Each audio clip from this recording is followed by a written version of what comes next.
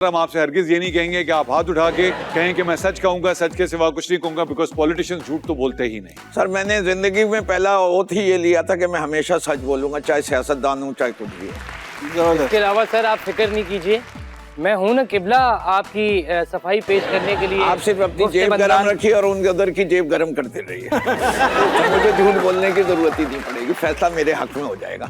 थोड़ी जेब आप भी मेरी गरम कर दीजिएगा। वो आप फीस ले लेते लेकिन वादा कीजिए टैक्स देंगे उसको। 150 कौन सी फीस होती है? हाँ जी 150 रुपए कौन सी फीस है सर? 150 रुपए लेते हैं सिर्फ। सस्ता मिलती बस फिर काम के नहीं है। ये शाम को गुड्डी के बाल भी बेचता है सर। सर अदालत की कार्रवाई शुरू करने की इजाजत दी जाए। जी कार्रवाई शुरू करें। सर आप पर इल्जाम ये है कि हजूरे वाला, पहला इतराज ये सर नहीं है, हजूरे वाला है। हजूरे जनाबे वाला। आली प्लीज, आप उर्दू जबान के साथ उर्दू में लफ्ज सर नहीं है। हजूरे उसके वाला मतलब जो है वो मेरा सर हाजिर है। हजूरे आप वाला। इनको सर ना कहें, मेरा सर ले जाएंगे कहीं। फिरदौस साहब आप पर इल्जाम ये है कि आप जुडो कराटे के चैंपियन हैं, मगर इतने नर्म दिल हैं कि आपने आज तक कभी उनका इस्तेमाल ही नहीं किया। नरम दिली का जूडो कराटे से क्या ताल्लुक? और ये इल्जाम कैसा इल्जाम है जिसके अंदर कोई सजा, क्या पता सजा बताएं तो फिर हम इल्जाम को कबूल करेंगे या उसको नफी करेंगे।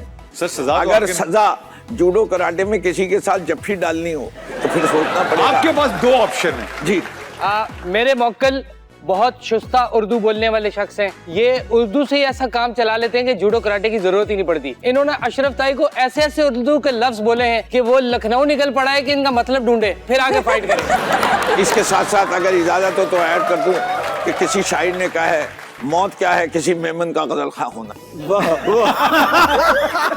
सर आपने नारा लगाया रोक सको तो रोक लो, पर यह वाजे नहीं किया कि आपने रोकना था या आपको रोकना था। रोक सको तो रोक लो जो कह रहा है, बात यह है और किससे कह रहा है।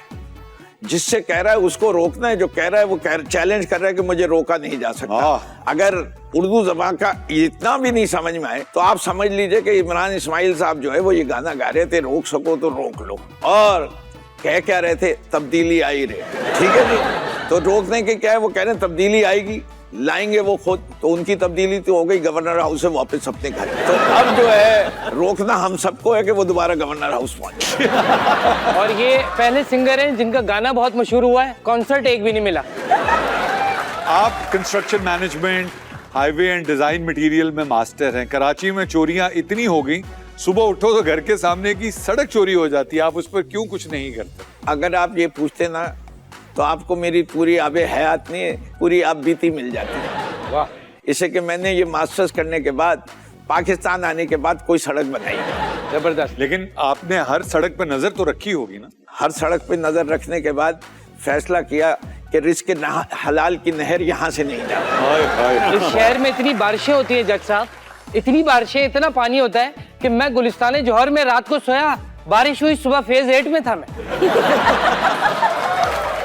आप अकेले थे? राबिया सिटी आधा कुछ ब्लॉक उसके खैबानी सभा पे आ रहे हैं। मर्फीज लॉ है, जिस हफ्ते सड़क मुकम्मल होती है उससे अगले हफ्ते उसे पाइप डालने के लिए खोद दिया जाता है। हजूरे वाला पहले ये बताइए इस कानून का नंबर कौन है, इससे कि ये आपने कानून अपनी तरफ से बनाया है? जी सर, ये तो हमारे ये मुसन्निफ ने मर्फीज लॉ मुसन्निफ को ने अपने आप को बदनाम करने की कोशिश की है या मियां मर्फी को? मियां मर्फी शरीफ।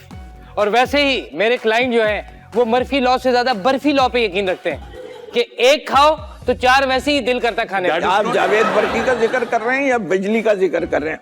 बिजली जो है वो मुज़क्कर है या मुअन्नस है? सर ये आजकल जो फैशन चल रहा है सिनेमा में इसका पता नहीं चलता कि मुज़क्कर क्या होता है और मुअन्नस क्या होता है। अब आपको भी पता है मुअन्नस क्या होता है? ये LGBTQ की कोई बात? मुझे नहीं आती है या जाति की बात है। बहरहाल वो मैं आपको करेक्शन करता चलूं वकील से, भाई बर्फी लॉ नहीं है, बर्फी ला है। अच्छा सर आप पर इल्जाम ये है, आप जब तक खुद बैलेट बॉक्स खोल कर ना चेक कर लें आपको यकीन नहीं आता कि शफाफ इलेक्शंस हो रहे हैं। मेरे ख्याल से क्या ये आरजू ही रह जाएगी। हाँ, ये कभी पूरी ना होने वाली ख्वाहिशात में से ख्वाहिश है। अल्लाह करे मेरी ये आरजू पूरी हो और इसी जिंदगानी में देखने को मिल जाए कि पाकिस्तान में फेयर एंड ट्रांसपेरेंट इलेक्शन हो जाए और वैसे भी बैलेट बॉक्स आज़ादाना खोलकर और मुनसिफाना इंतखाब हो जाए। इससे पहले कोई मुझे कहे कि आपने अंग्रेजी का लफ्ज क्यों इस्तेमाल किया। वाह वाह वाह। सर आप पर इल्जाम ये है कि आपको गालियां नहीं आती, तो फिर आप अपना ट्विटर अकाउंट कैसे चलाते? आपको उर्दू नहीं आती मियाँ? इतनी गालियां दी इतनी सख्त उर्दू में, पता ही नहीं चला। सख्त उर्दू में नहीं कहा जाता, सलीस उर्दू कहा जाता है। इससे कि उर्दू कभी सख्त नहीं होती, उर्दू बड़ी नरम जबान है। सर मैं परसों से आपके पास ट्यूशन पढ़ने आ रहा हूँ। हालांकि क्लास आज तुम्हारी 4 बजे फिक्स। जज साहब, दैट इज ऑल। अब आप अपना फैसला सुना सें।